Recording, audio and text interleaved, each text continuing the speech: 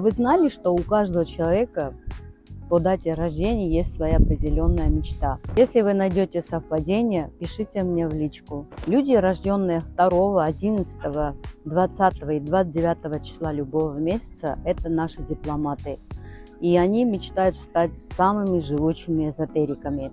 Реализация через понимание отношений и ситуаций, как негативных, так и положительных, происходит реализация личности в дипломатии. Наши новаторы, кем они мечтают стать? Люди, рожденные 4, 13, 22 и 31 числа любого месяца, мечтают стать мистиками, новаторами. Через постановку целей и их достижения происходит реализация личности, новаторстве, креатив в любом деле. Наши аналитики, рожденные 3, 12, 21 и 30 числа любого месяца, мечтают стать авторитетом, солидным. Через анализ и управление происходит реализация личности в наставничестве.